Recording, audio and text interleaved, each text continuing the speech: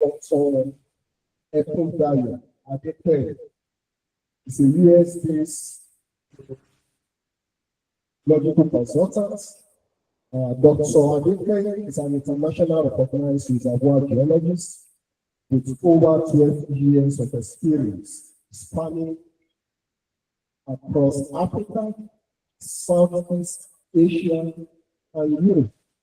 His work bridges gap between traditional geoscience and the future of energy with proven expertise in reservoir quality, condition, techniques, evaluation, and surface geochemistry.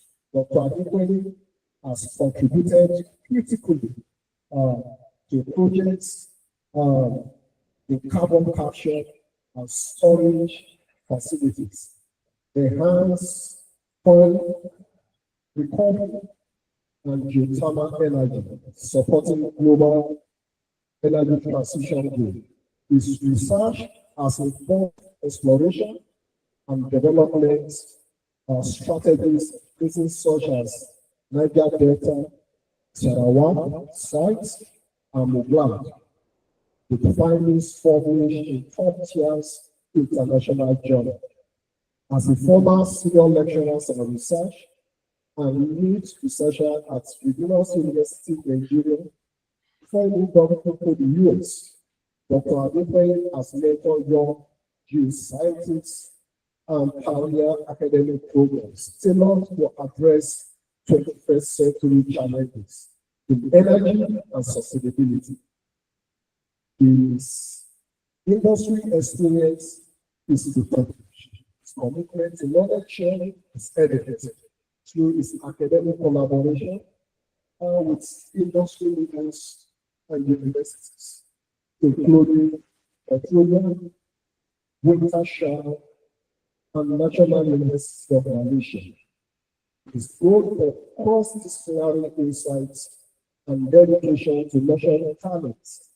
Dr. Adepehin continues to champion the integration of practical skills into academics, curriculum, unlocking potentials, shaping future graduates, and empowering next generation of problem solvers. At this year, GACFOS 2025, permit me to bring up to the podium Dr. Adepehin as he speaks to us in this conference on technicalities and approaches to skill development. Doctor, you have the floor. Thank you very much, Dr. Ajalo, for having me. I'm so glad to be here. I want to appreciate Dr. Abdullahi for that beautiful presentation. He had actually laid a very good foundation that we can actually build upon. I think this is the second time I'll be presenting at GACFOS, and we must thank God for what God is doing through this platform. You see, sometimes we don't appreciate the opportunities we have as students when you are able to lay your hands on platform events like this to be able to build yourself, to pick one or two things that eventually will actually speak for you in the future. Briefly, we'll be talking about technicalities and approaches to skill development. You see, as a student on campus, you already have a lot on your table. Look, by the number of units you are taking, oftentimes you have to deal with assignment, you have to deal with deadline, preparing for examinations, having to attend practical classes and the likes.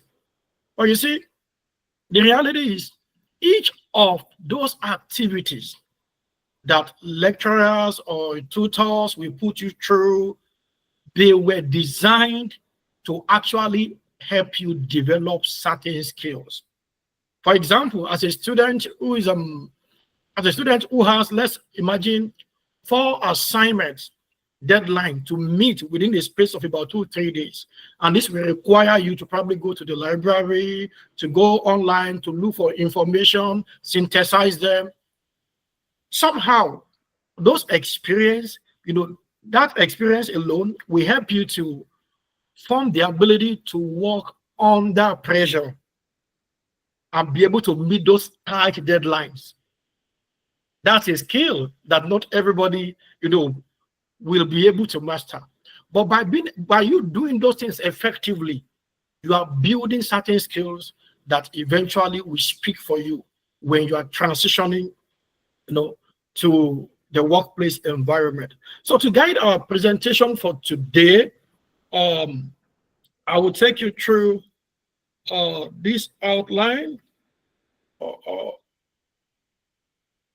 Just a minute, please. Okay.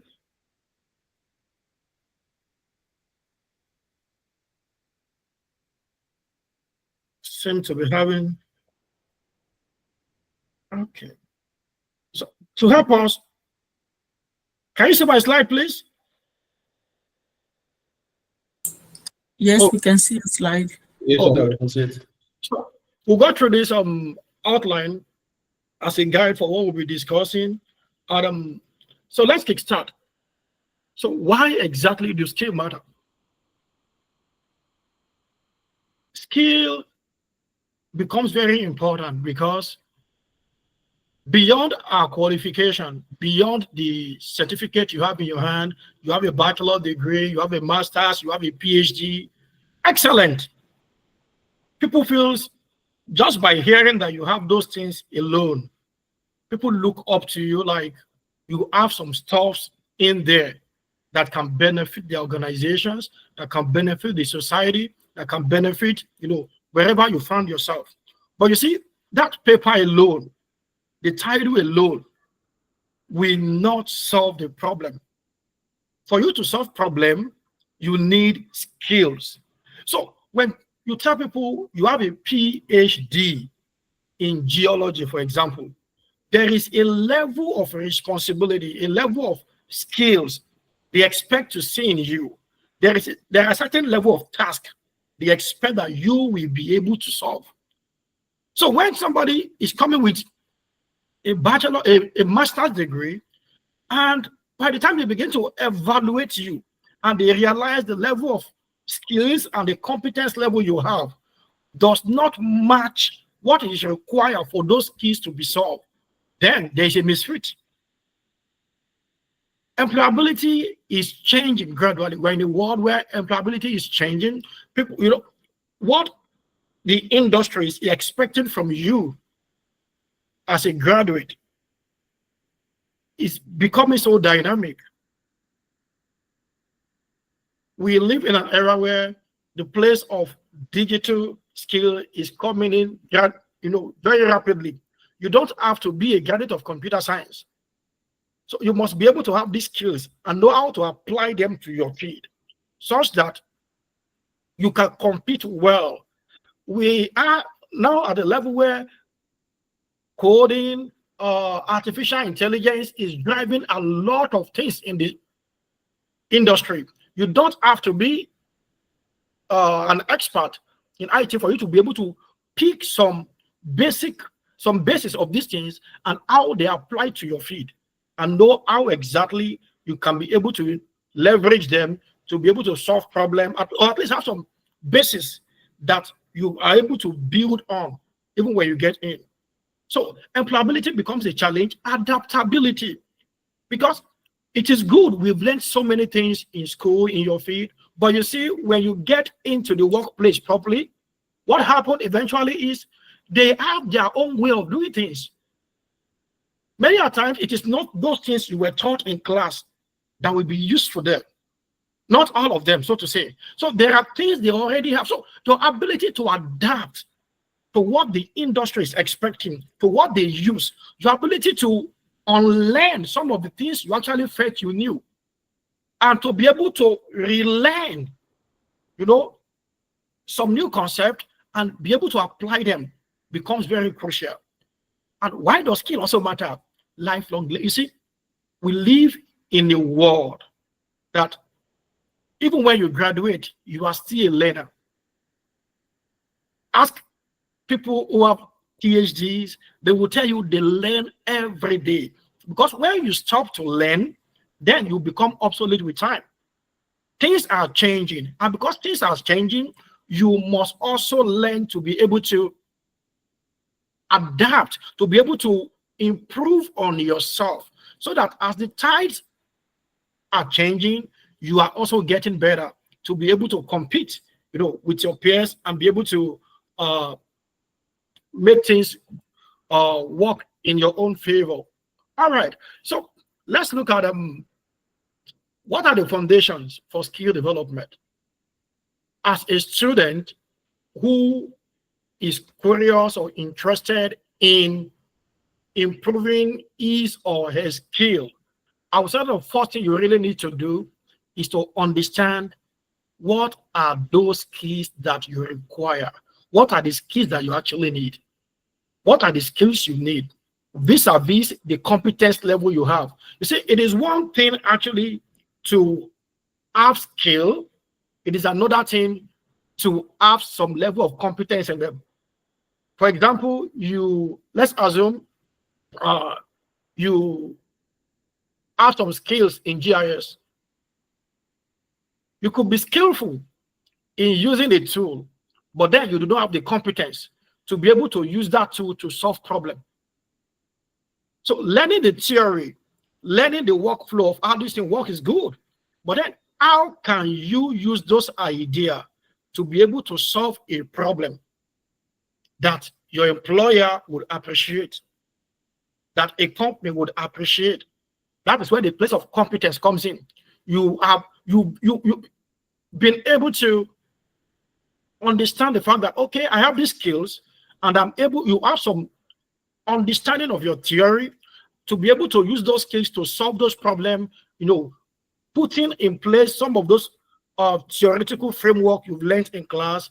Okay, based on this, and based on this factor, this is how this should go. So it is a measure of both you learning the skills, very important, as well as the theory you have learned in class. Then I also realized that you need to carry out a needs assessment. What do I mean by that? Look at what is obtainable in your field. Look at what is obtainable in the industry you are looking up. You are looking to transit into upon graduation. How exactly do you fit into what is being required? And this is very easy to do. Go online, look for entry-level requirement, for people who are hired into the banking sector, entry-level requirement for geologists who wants to go into the oil industry, entry-level requirement for cybersecurity engineer. Look at look at those advertisements and look at what exactly the employer were expecting from the to be employee. How much of those skills do you have? How much of those skills do you have? When you do this, you realize, you understand where exactly you are lacking behind and where you need to learn. That, for me, I think that forms the basis of what you need to do. Look at the gap. Where am I? What do I know? Where am I lacking? Do a needs assessment, do a gap analysis, and once that is done, you pin it down. You understand, okay, these are things I don't have. You see, when you understand the places, the place of your weakness, that is the first level of strength. You understand, okay, I do not have these skills, and I need to build on that. And from there, you have to also look at yourself as a student. What is the best style for you to learn? What are your preferences? Very important. You must understand this. So let's look at skills and competence. Now, you see, as I mentioned, there is a slight difference between skills and competence. Competence involves you, growing professionally, being able to apply those skills to solve professional problems. For example, imagine a situation where you are able to hit a nail through a wooden surface that carpenter would do in their shops. Excellent. That's a skill. You can hold the hammer and hit the nail right into the wood without the nail bending. You have a skill. But do you have the competence to be able to cut those wood, pull them together, hit the nail, and develop a wardrobe that I can take into my apartment for use?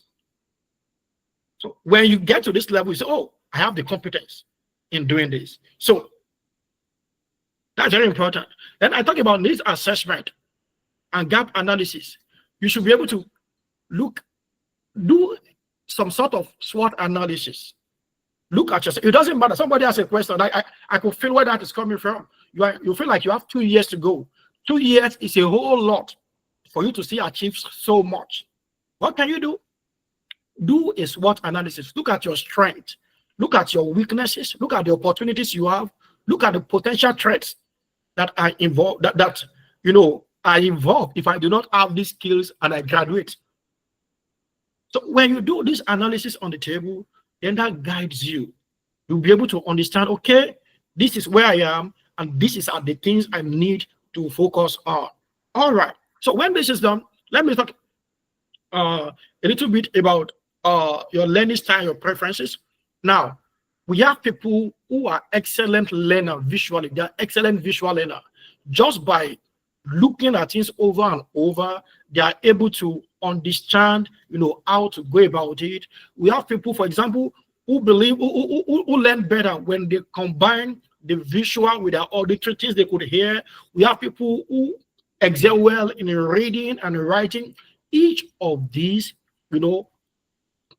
comes with some level of importance and strength.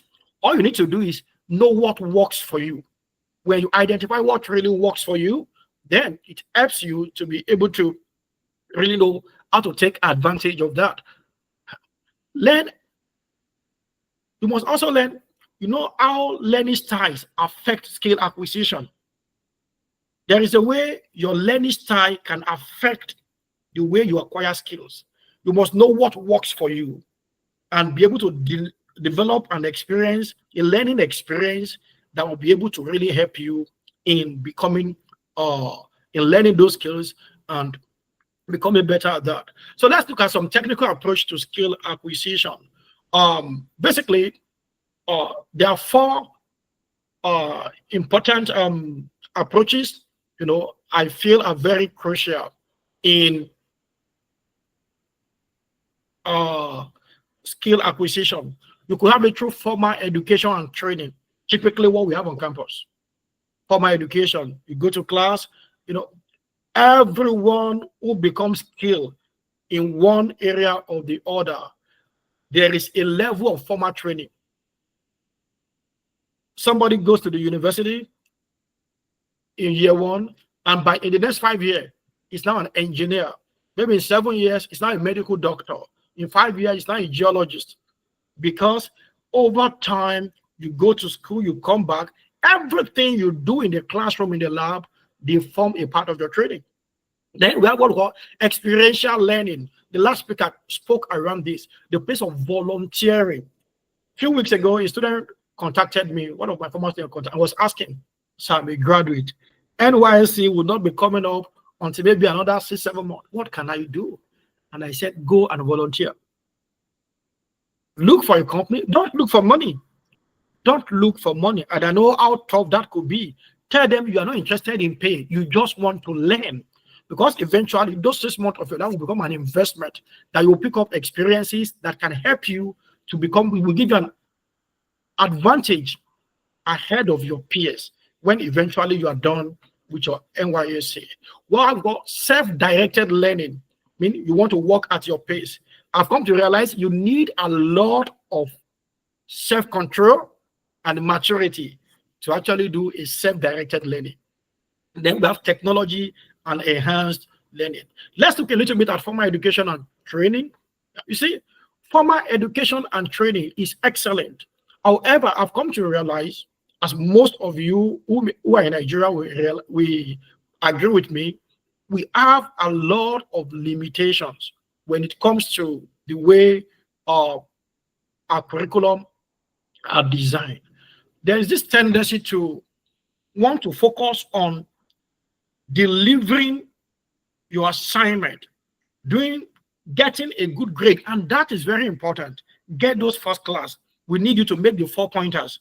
It's great, but you see, don't get too carried away with the grades without you actually learning. With the evolution of AI tool, for example, we have students who have been so skilled in using ChatGPT that you can turn in excellent assignment 247 to your lecturer. You could even have a very good IQ that you can memorize your entire notebook and textbooks and have your A's. But really, when you look inward, you realize you don't really know much about this field. Why? Because the approach to which you are engaging with those courses were to only pass those courses, not to actually learn. So you must understand the fact that you need not only to have a good grade, but you must learn those things. It's good. Use your AI, get information, but don't use AI just to submit good write-ups. No, put in the effort to use them as leverage them as opportunity to get information that you need to be able to learn. Those tools, the internet, the artificial intelligence, or whatever, they will not replace your ability to learn. Learn those framework. Those are the things you eventually take out of that system. Honestly, most of the courses I took in the university, I cannot remember the grades I have in them, except I probably lay out on my transcript to go over them. But you see, the knowledge I gained from them, they remain with me. And that is what you need to do as a student. So you need to focus on improving yourself. I often tell my students that, look, examination is only designed to evaluate what you actually learned in class. The lecturer had come to class for 3 months, 4 months, teaching certain concepts, exposing you to certain methods, certain framework, and he or she just want to find out how much of these things you have been able to retain. That's the whole idea of examination. So if you do not retain those things and you find a way to, okay, I just memorize them and I point, and once it is done, that is all. You are shortchanging yourself. All right. However, formal education and training is very relevant to your future. Dr. Abdullah talking about this, and I don't want to reinvent the wheel. He spoke about this. Those training, education is not a scam. Yes, I hear this a lot among the Gen Zs. Education is not a scam. You need it. You need it. The training that comes with it are very relevant to you. So don't think like it is scam. Let me just get the degree and go. No, put yourself into it. Get involved. Try and learn those things. They will help you. All right, let's go to the second method, experiential learning, the place of internship, field works, and project. See, many students are too busy on campus just to get good grades. I'm saying that again. Leverage internship. You do not actually need to wait until sideways comes up. Leverage internship. Go on field work.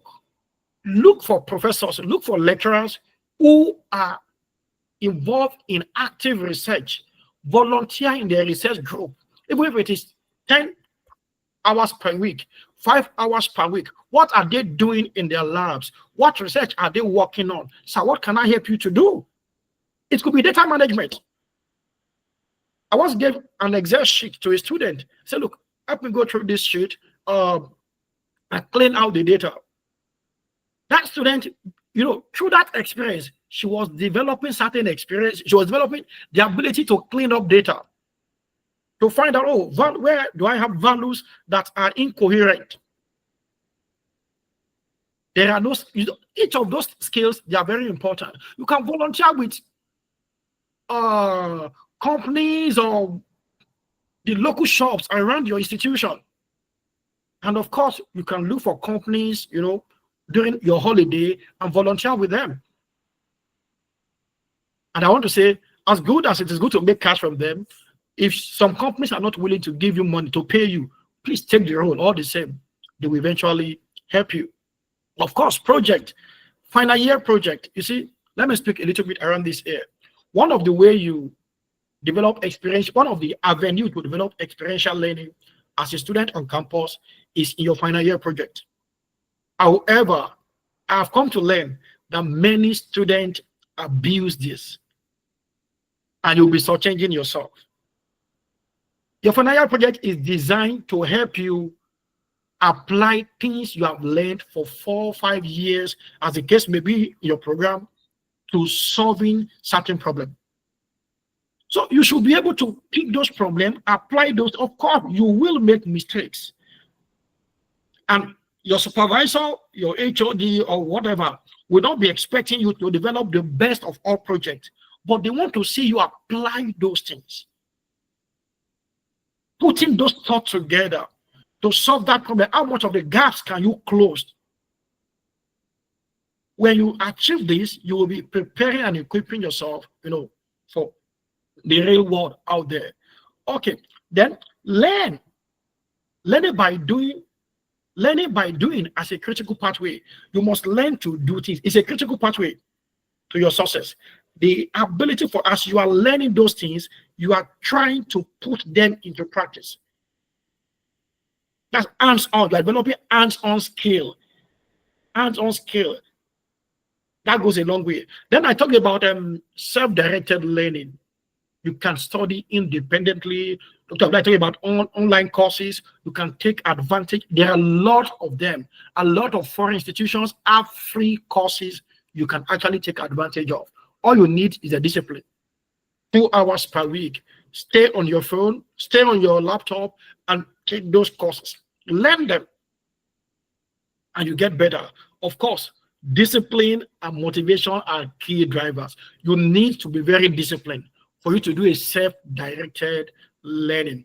All right, let's look at technology-enhanced learning. I mentioned ChatGPT earlier, and I know there are a lot of them, that you can also take advantage of. These tools help you to synthesize information. You can basically research any concept from AI, e-learning platforms, simulation. You can research any concept, and you have a lot of information right at your fingertips. Focus on them and learn those things. So you can learn a lot from them. For example, you are working on probably writing some codes and you're having difficulties. You can as well research, how do I go about this? Why am I having issue with this code? You can point your attention, this is wrong, check this, check that. These are advantages of technology enhanced learning. And of course, it gives you opportunity for global exposure. You may not be able to afford, having the opportunity to travel to another country to possibly have some practical experience, but the world is becoming so global. Technology is bringing information from different continents right at your fingertip, and you will be able to take advantage of that to be able to improve yourself, so you could compete with your peers all over the world. All right. Let's look at strategies and approaches. What are some of the strategies and approaches to skill development? I wrote here, I said, goal setting. Set a goal. What you want to achieve. How long do you have? 3 months? 4 months? How many hours in a week can you actually devote into this? Set a goal. Plan. And make sure you work at achieving this rigidly. Of course, practice and deliberate practice. Practice and deliberate practice. Don't just do it. Put all your effort into it.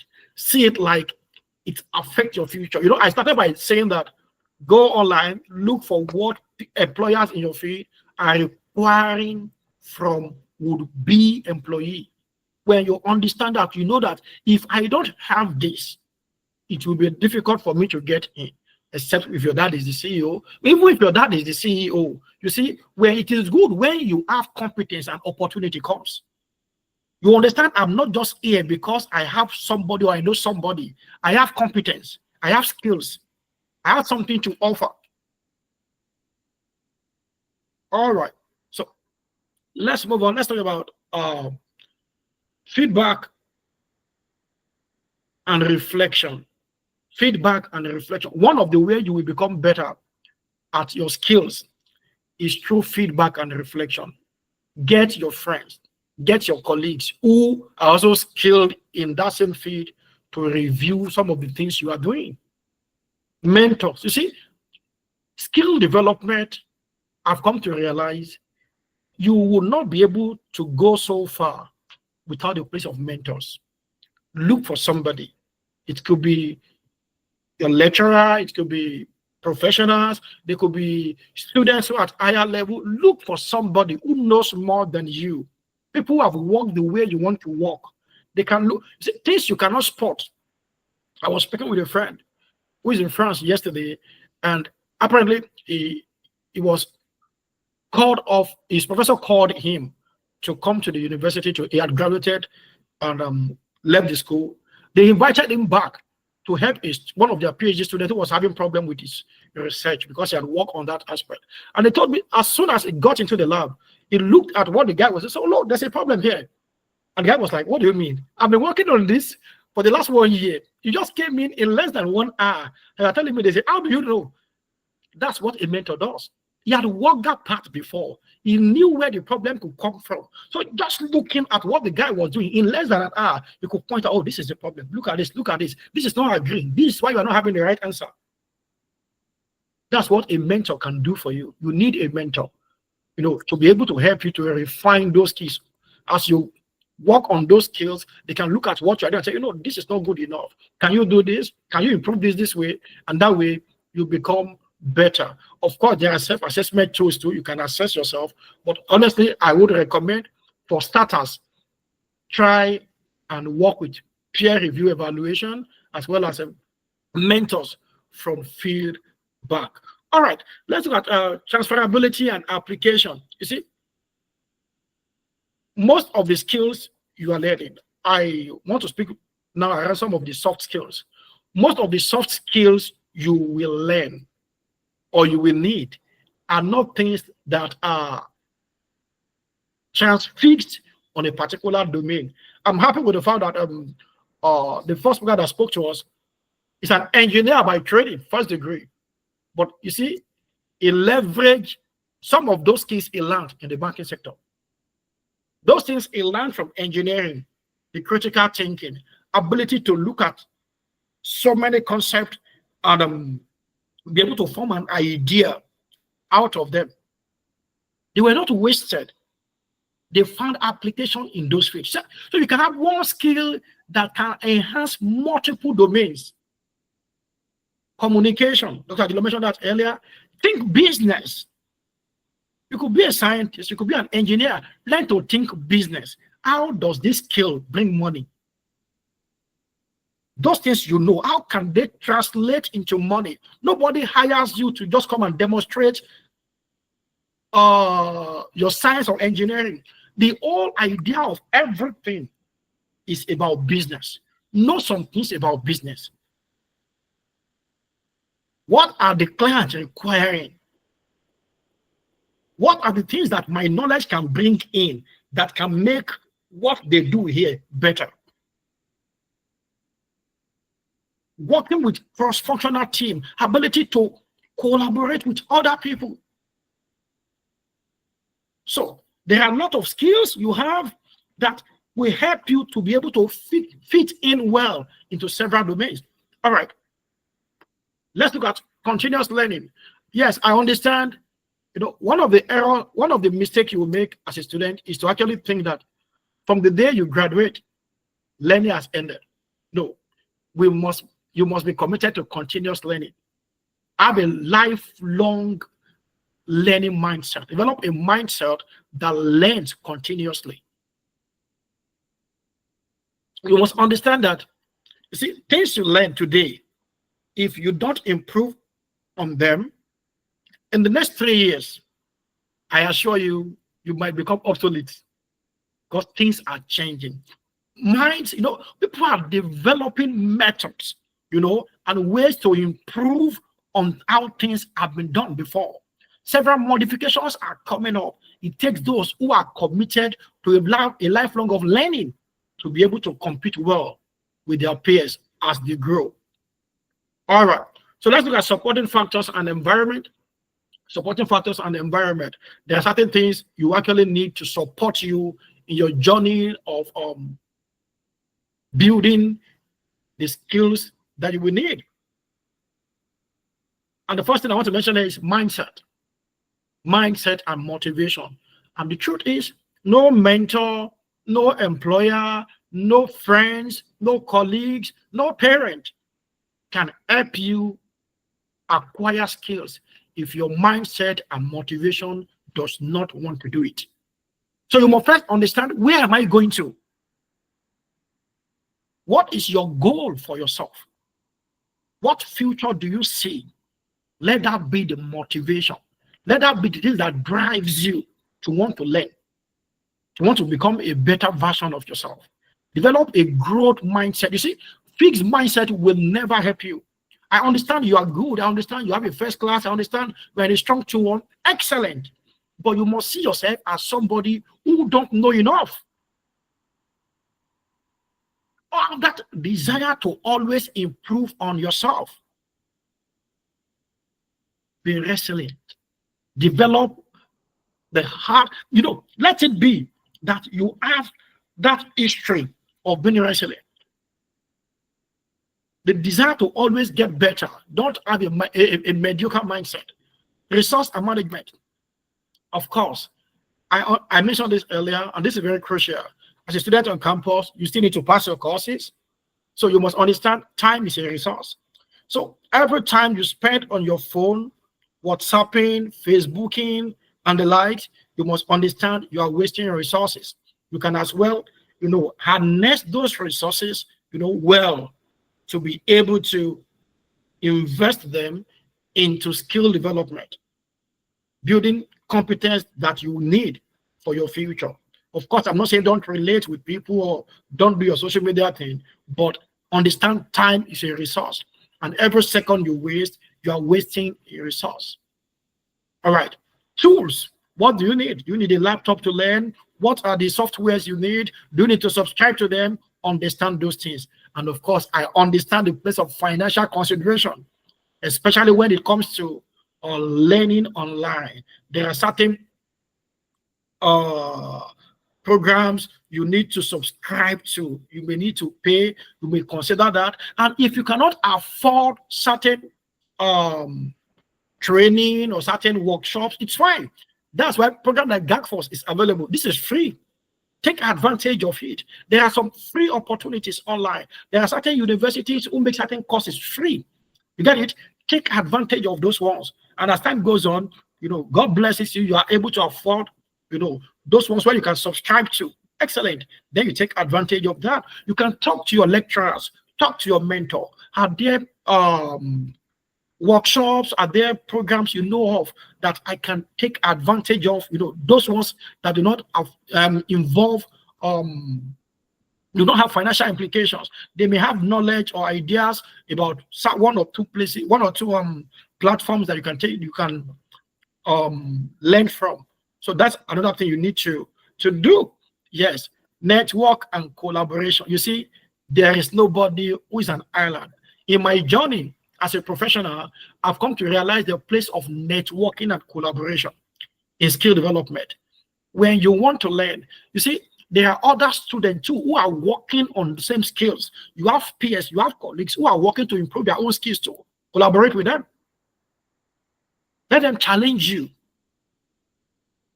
As you are growing, grow with them too. So don't be an island. Try to collaborate with other peers. See, so many persons, So many persons in their journey of learning and building skills, they've opened doors for themselves. Because when your friend is able to penetrate an organization and realize you have the same skills, when an opportunity opens there, a good friend will remember how you have that skill. Look, there's this opportunity in my company, in our office in Port Harcourt, in our office in Lagos. I think it may be a good fit for you because they know you have those skills. So network, collaborate. Don't just be an ally. Dr. Abdullah spoke around this too. Don't just be an ally. Network, network, and network. There are people I work with. I've never met them physically. Networking. Network with them. All right. Of course, set some key performance index. Have a milestone plan. What you intend to achieve in the next 3 months, the next 6 months, the next 1 year. So don't just keep learning. Don't just keep playing around, with skills. Have a goal. Set a milestone.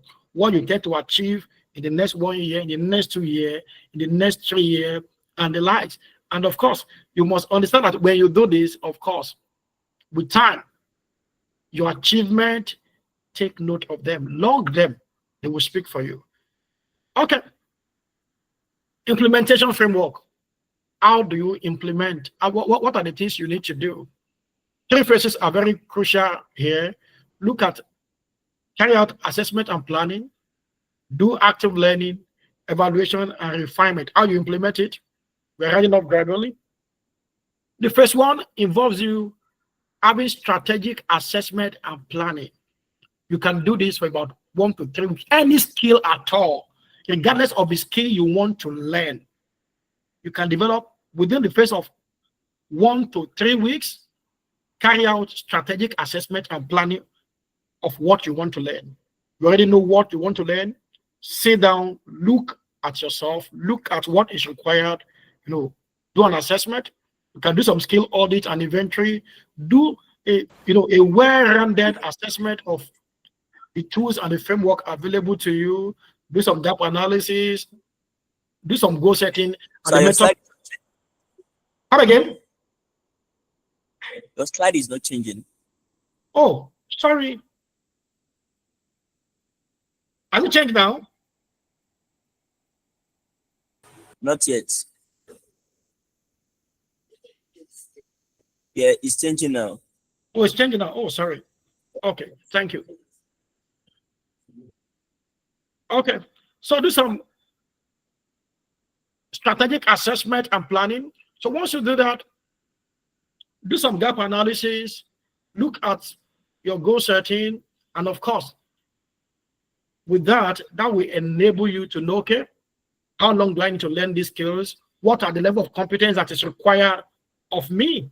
And of course, the first 2 will involve intensive and active learning. I propose you spend about 1 month to about 2.5 months on that. After you've identified what you want to do, the phase 2 should involve intensive and active learning. Be rigid about it. If you want to spend 3 hours in the week, make sure you are rigid about those 3 hours. Don't say, oh, I can do 4 hours next week. No. Be committed to your plan. Have a structured learning. Have structured learning. Practical application. Try and build portfolio. Build portfolio for real-world implementation. Don't just learn that skill. Look at how they can solve problems, real-world problem in your field. You got it? And it is best if you do them daily.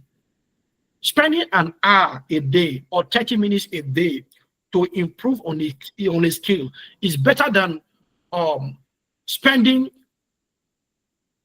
5 hours just in 1 day in a week. Because what you do consistently over time, you get to master it. You got it? Then, of course, have a plan to monitor your progress. It could be weekly, it could be bi-weekly, to assess, okay, what have I learned? Am I better in am I getting better in the stuff I started to, lay hands on in the last 2 weeks, last 3 weeks, or thereabout. And in the phase 3, that should involve your evaluation your refinement, and your integration. Now, at this phase, what you want to do is you want to evaluate holistically the things you have learned. You want to compare which level was I before I started this? Where am I now? What are the things I could do now? After about 10 weeks of practicing this skill, of trying to learn this skill, what has changed between what I used to know and where I am now? That way, you can be able to realize, you can be able to outline where you are falling short and the steps you need to take to be able to improve on them. That will involve you do some comprehensive assessment, strategy and refinement, knowledge integration, and of course, future planning. Do we observe certain things where you possibly will not get certain things right at the first time? You observe, where am I getting it wrong? Is it that you are not being committed to the time you set from the beginning to use? You know how well you can adjust that, and of course, get better with that. So what are key takeaways from all this? Our key takeaways are this. Number one, skill development requires strategies. You must have strategies. And I want to say your own strategies. Your strategies may not be my strategy. But of course, I've been able to give you certain workflow of the phases you need to develop them into. Have your strategy. I will expect that as a takeaway from this meeting, you have a list of the skills you want to learn. Once you know the skills you want to learn, then develop the strategy, develop a framework to be able to acquire those things. As I've said above, I'm happy to share my slide after this. In case you need it, you can reach out to the organizers to get a slide if you need that. Okay. Balance, of course, balance formal and informal learning. You must balance formal and informal learning. Everything does not end in class. Have some form of informal learning through mentorship, through hands-on skill. Just learn from people. Learn online. You must have some form of informal learning. Class will never teach you everything. I can say this authoritatively. Class, I've seen it in both worlds, industry and the academia. As a lecturer, there is no way a lecturer will teach you everything you need to know. Bulk of what is done in classroom is to lay a foundation that you could build on. So you must have some form of informal learning. Of course, mindset and environment matter. Your mindset matter. Walk with the wise. Those who walk with the wise will be wise. Look for people who have similar vision to improve themselves like you. Look for a mentor who is flying in his field. Stay close to them. Let them help you. Let them sharpen your mind. Let them keep you on your toe so you can keep running. That mindset is very important. Don't ever stay in an environment that will put your mindset down. And of course, continue to improve. Continue to improve. Do not stop. Once you start the journey, keep improving yourself. Even when you get a job, keep improving yourself so you can become better. On a final note, I would like to say this. Unlocking hidden potential requires deliberate action. The educational system has a lot of potential for you to get better. They have a lot of potential that is inherent that any student can take advantage of. Work close to your lecturer, volunteer in their research, learn through peer groups, people who have the same vision with you. Learn through them, collaborate with them, look for mentors, take advantage of those things, and you realize with time you become a better version of yourself in skill development and in improving your competence. Of course, empower yourself with lifelong learning. And on this note, I want to sincerely appreciate Dr. Agilo. It's been almost 3-4 years now we've been coming, and honestly, it's been a blessing to me. Thank you so much, and to the entire team of GACFOS for inviting me. And to students who have been here listening to us, I want to say thank you. I understand you may have a lot of questions, and honestly, I'm here to answer them. But for the want of time, of course, this is my email address. You could always send in your questions or whatever it is, just mention GACFOS and I will be sure to create time and respond to you as much as I could. Thank you so much. God bless you.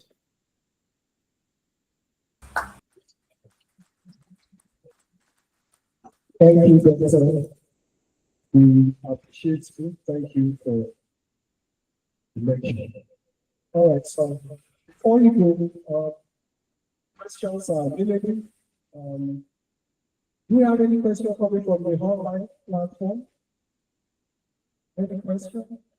If you have any of them, you drop them, we'll look at them and get it across to them.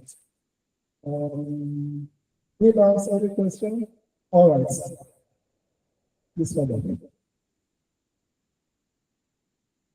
Thank you very much for that wonderful presentation. So really exciting. So at the beginning of your lecture, you made mention of doing internship that you go there and not just for money. I should try to get value like that. But then let's take a look at this Nigeria economy and how things are currently. Most of the times, at least Nigeria students are going to IT. There's this main ideology of okay, I'm going to IT. I want to just find the way to just like come back financially about that.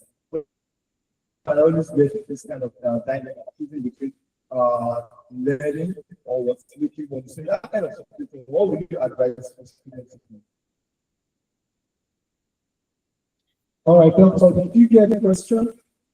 Yes, I think I do.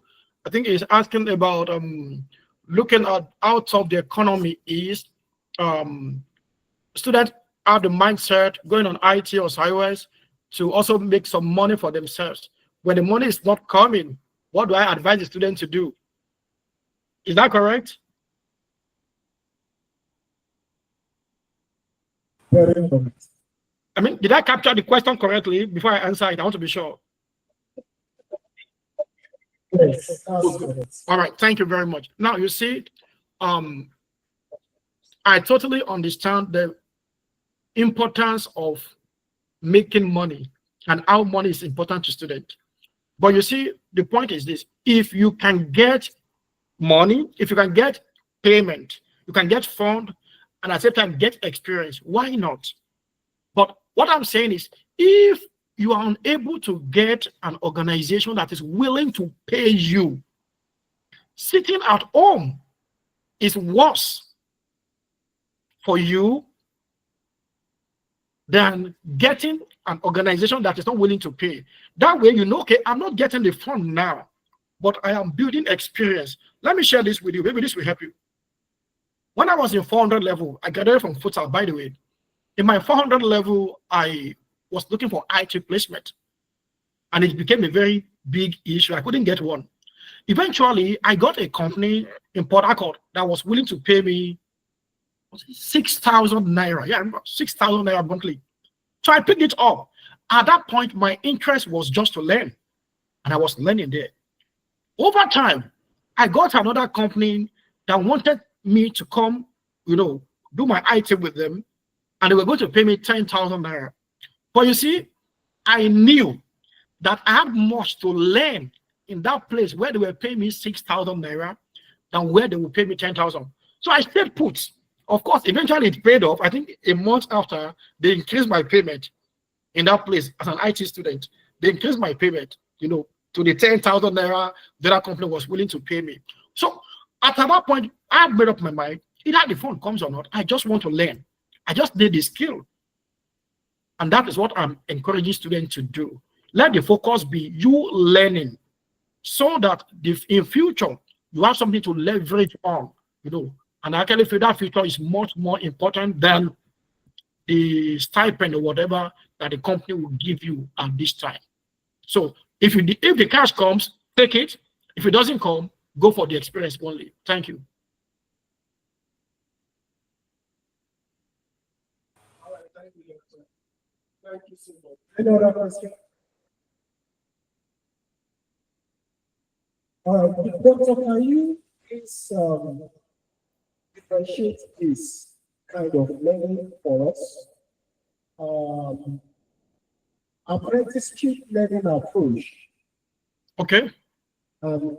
So, and so-called internship that we have in schools, most especially in Nigeria. Do you think we have an issue with that kind of learning where students go for IT, industrial training? And sometimes, or most times, those experience are not really beneficial to most of them. Will you recommend apprenticeship kind of learning into industrial training, or would you say what we have presently suffice? All right. Thank you very much, Dr. Aguilar. Now, this is my perspective on this. When we talk of apprenticeship training, it simply involve a student or a less experienced fellow understudying a much more experienced person who will walk them through stage by stage of doing certain things, over some time until they become skills. So typically, you have a more experienced person, overseeing someone to become better at getting a skill. All right.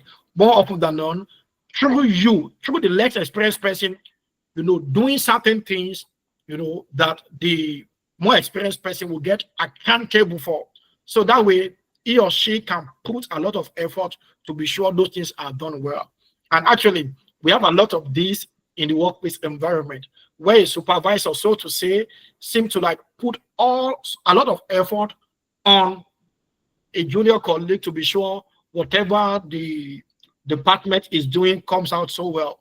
Now, I am of the opinion, I share the sentiment that our SciWest, our IT, as it is in Nigeria currently, is not achieving the intended purpose. I share that sentiment.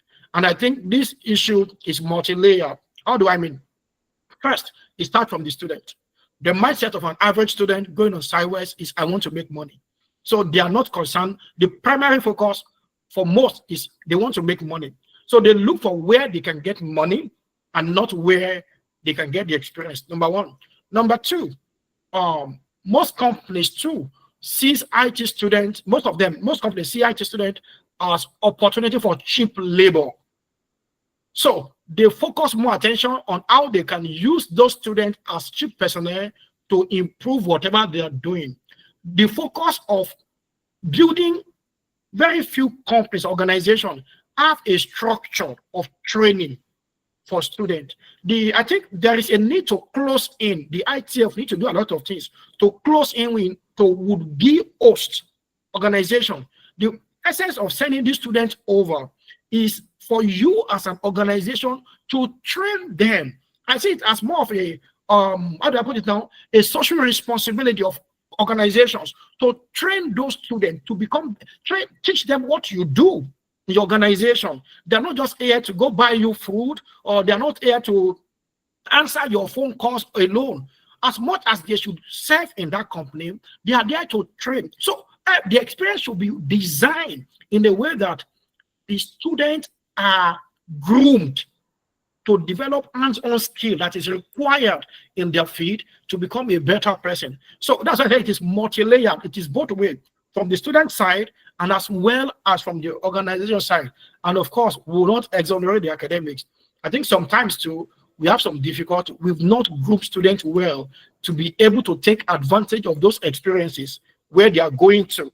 Like, let me give this instance, for example. I did my IT as I'm a geologist. I did my IT in an organization that this on drilling mud. Drilling mud, for example, falls more to the domain of a petroleum engineer. But when I was there, because I've taken the foundation of petroleum geology, I knew how that applied to my field. So I was able to structure an experience that benefits me.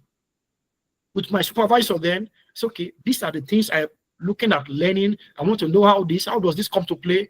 And of course, she was able to help me to gather those kind of experience, expose me to certain, understanding, develop some projects for me. You can do this, you can do this.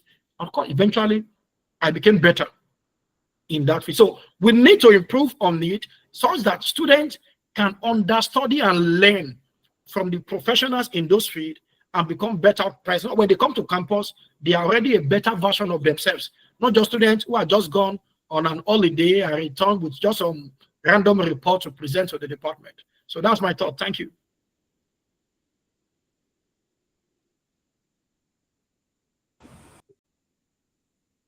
All right, thank you. I'm sure some of our online participants, I can see the emoji. They actually hear you all through. We lost you at some point in-house. That's fine.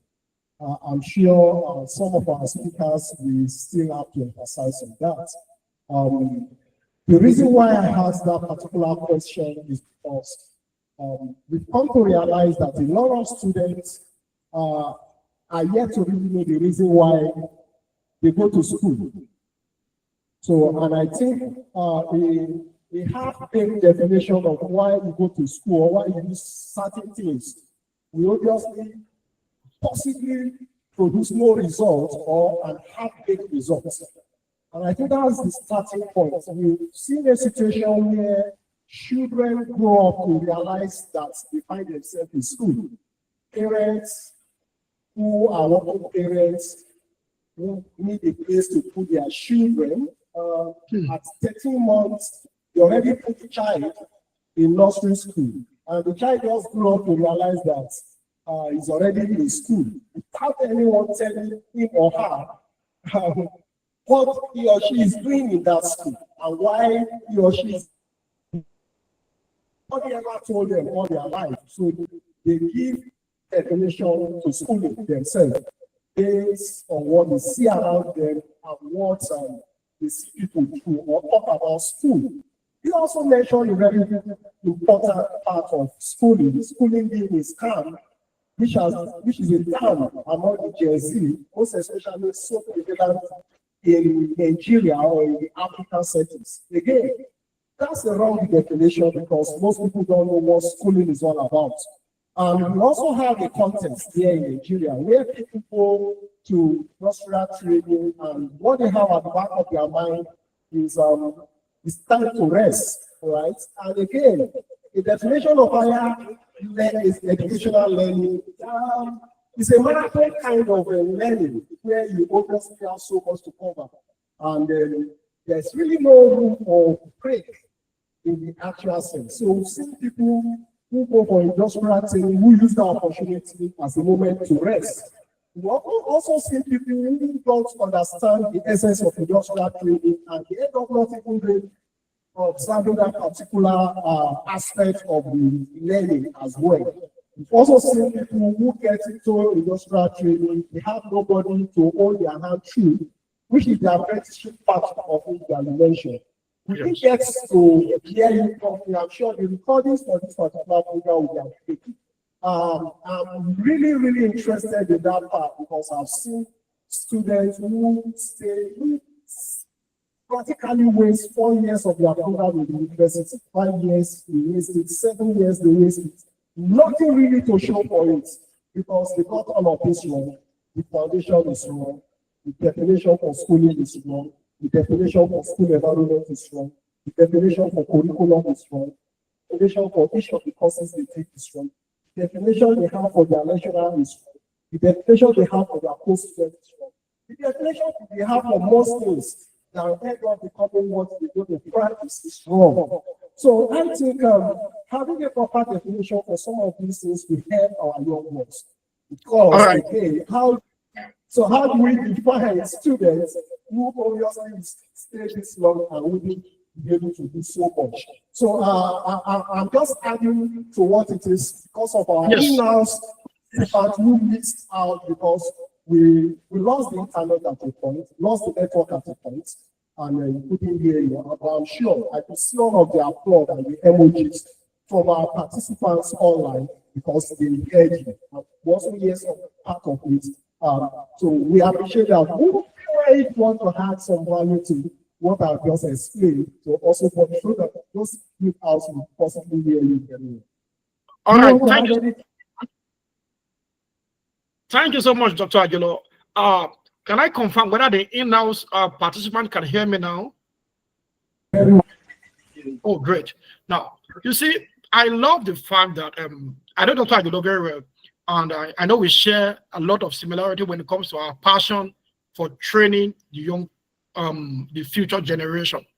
Now, you see, as a student, I want to say this categorically, right from your elementary school, which is our primary school in Nigeria, we should understand that schooling is not just a way to allow our children, it's not just a way to create opportunity for parents to go do what they need to do. No. Schooling is not just a place, to keep students so that we can have time to do whatever we want to do, our own stuff. No. Schooling is an avenue for our students to develop the skills that they need for the future. I was going through my children, one of my daughters result 2 weeks ago, and very funny to me, they commented that the student has developed proficiency on this skill and that she's ready for workplace. She's ready to adapt. She was using that skill at a proficiency that is good for workplace. This student is in basic 4, what we call your primary 4. All right. But you see, a system is already programming that student skill that, okay, the skill she has now is good for that kind of environment. What happened is most times we focus so much. Our educational system, we use the British educational system in Nigeria, and our system is generally focused towards skill, towards grades. Have an A, score a B, I'm in the first class, I'm in a 2-1. And honestly, it is good to have those grades. But understand that you are there to learn. Your lecturers are there to support you. They don't hate you. Yes, they could get strict. The whole idea is boiled to one thing, to help you become a better version of you. Your colleagues are there they are not your competitors. You have 5 A's, I have 3 A's, so we are competing. They are there to support you. You have 10 A's. Good, excellent. You have a 5 dot.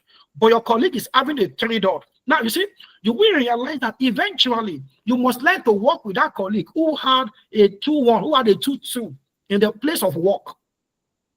That's where the place of collaboration comes in. So the schooling experience from elementary to university is designed to just do one thing, to train your minds, to become somebody who can work with other people to solve real-time problems.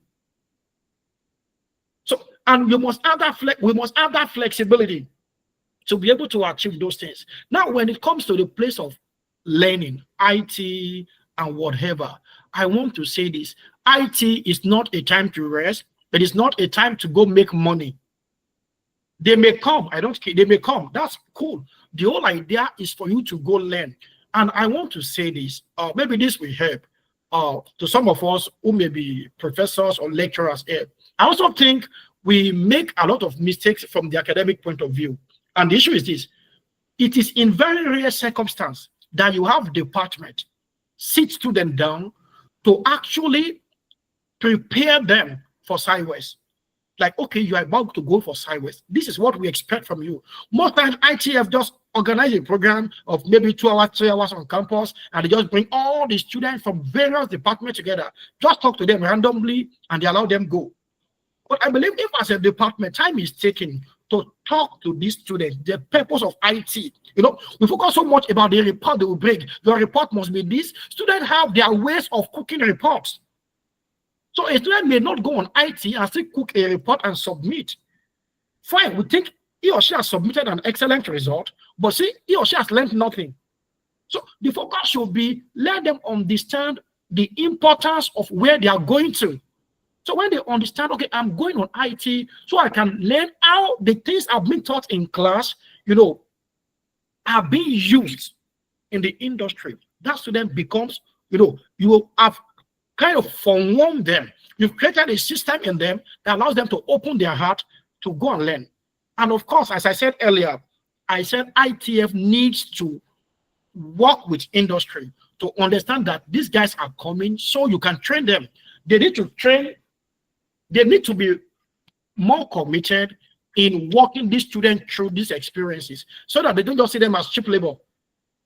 They are meant to train them. It's a more of community and social responsibility of industry, of company to train IT student. I know in fact, one of my students who did a IT with an oil company in Lagos was telling me they moved her from every session. They moved her through every session to exploration, to geophysical studies, up to reception, the administrative part. They wanted her to have a kind of random experience of what they do. So organizations should have a framework that exposes students to those kind of things. So I wouldn't know. I think perhaps ITF needs to step up their game in ensuring that companies are willing and ready to help students in developing those frameworks and not just see them as a way to do, as a way for cheap labor. So we have mindset problems from a student perspective that needs to be corrected. University needs to step up their game in helping the student develop the right mindset for apprenticeship learning on SciWest or whatever. And the government or ITF needs to be able to step up their game too, to work with industry, with companies to ensure they conform to helping the student to become better versions. 6 months is a whole lot. Students go on IT for 6 months, for 3 months, and they come back learning nothing. It doesn't really add up. So we need to do a whole lot of assessment to help our students to become a better version of themselves. Thank you, sir.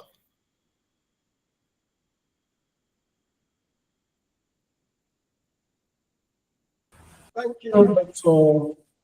Ekundayo. Thanks for sharing. David, seriously, we need it. And we can't emphasize this enough. We keep emphasizing it until we get it right. We really appreciate it. Any other question for Doctor? All right, one more question for you, please. Okay. All right. Good morning, sir. I don't think a big thank you for the insightful session. So my question is primarily on trade-offs. So first of all, I want to know, is balance achievable? Like, is it possible to optimally engage in academics and skill acquisition? And what are the trade-offs involved in it? What are the things I have to sacrifice in terms of like opportunity cost? Come again. I didn't hear the first part of. He's asking about how will the students balance the trade-off while you are trying to learn the skills to develop yourself, and you still have to concentrate on the academic work as well. Okay, thank you very much. Now, you see, I want to say this. As a student on campus, you are a complete being. And I want to stress this very importantly. Your academic must not suffer. You must have the best grades possible. 1. Number 2, you must develop skills that you need. Number 3, you must not malfunction socially. Build a healthy social relationship. Don't have all the skills, but you don't talk to anybody because you are building skills. Your hair are grown, you can't make them, you can't cut your hair. No, you must have good social responsibility, networking, having friends. And of course, I'm sorry to say this, I'm a Christian. You should also have a good spiritual relationship with your creator, which is very important. You see, I took time to list those things out. And I want to say, you see, you will never become less busier when you leave campus. Yes, I know what most of you think is when you leave campus, you have all the time to yourself. Ask professionals, they will tell you, you will never become less busier, because as you get into whatever God is calling you to do, you realize you will be getting busier.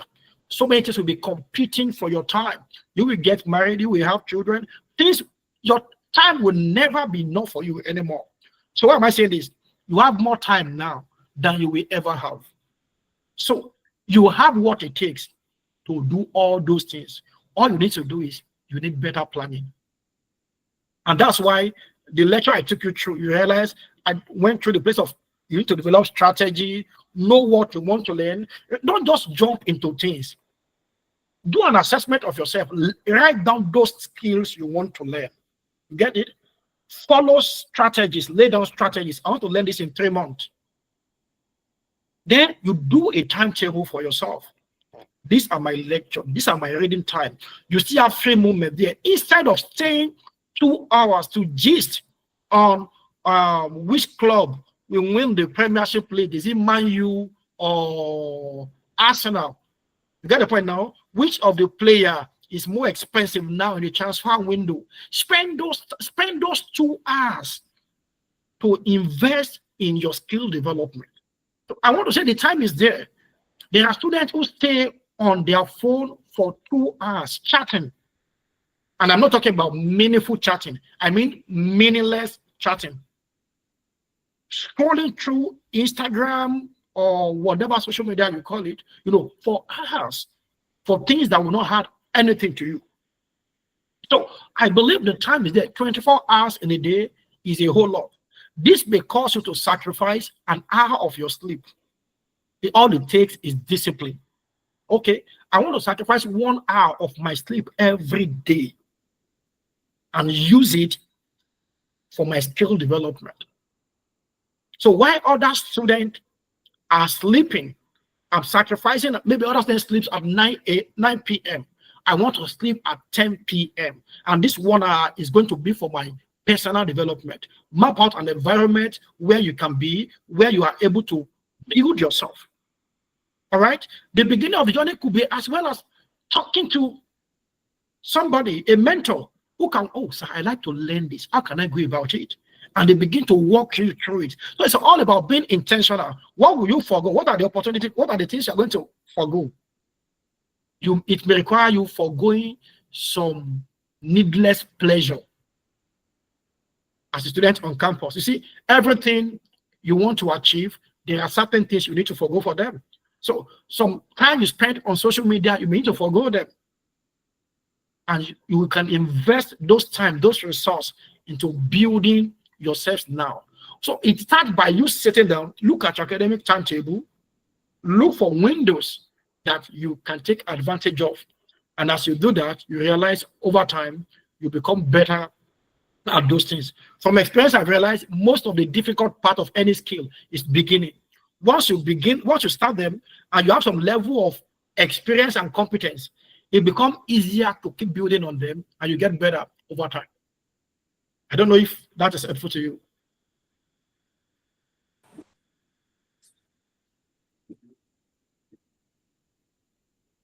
All right, thank you, Doctor. Well explicit and very concise.